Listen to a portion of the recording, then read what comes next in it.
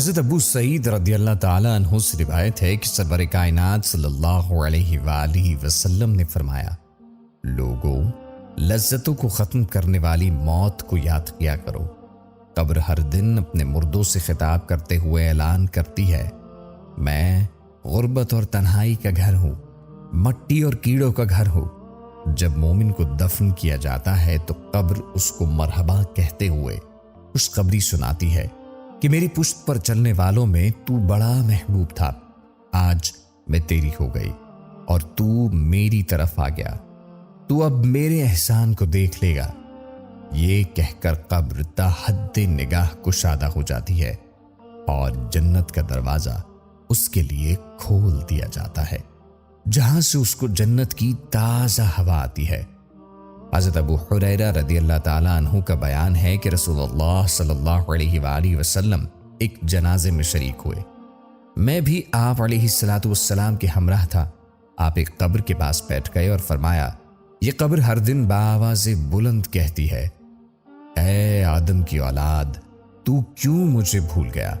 کیا تجھے معلوم نہیں کہ میں تنہائی کا گھر، غربت کا گھر، وحشت کا گھر، کیڑوں مکوڑوں کا گھر ہوں؟ میں بہت تنگ گھر ہوں، مگر اللہ جس کے لیے کشادگی کا حکم فرمائے گا اس کے لیے کشادہ ہو جاؤں گی۔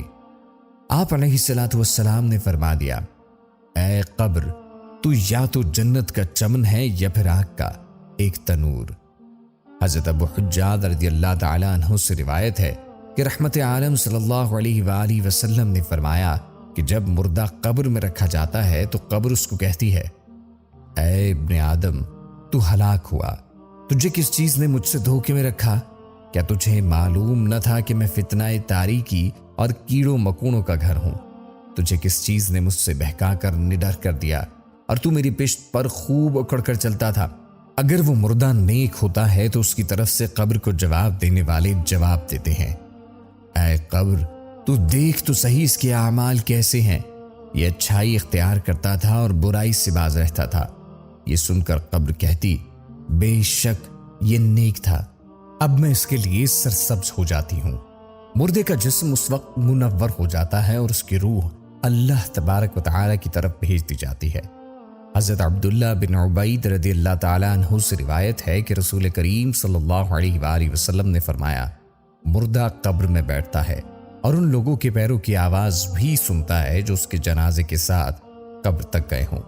مردے سے اس کی قبر کہتی ہے، اے ابن آدم، تیری ہلاکت ہو، تو نے میری تنگی، بدبو اور کیڑے مکوڑوں کا خوف نہیں کیا، اسی لیے تو نے ان چیزوں سے بچنے کے لیے تیاری نہ کی۔ بدعمال مردے سے قبر کہتی ہے، تجھے میری تاریکی، میری وحشت، میری تنہائی اور تنگی اور میرا غم یاد نہ رہا۔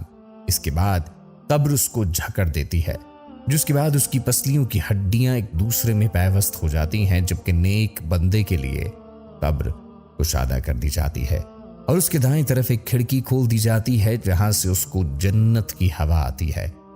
اللہ پاک ہم سب کو قبر کے عذاب سے بچائے اور ہمیں نیک اعمال کرنے کی توفیق عطا فرمائے۔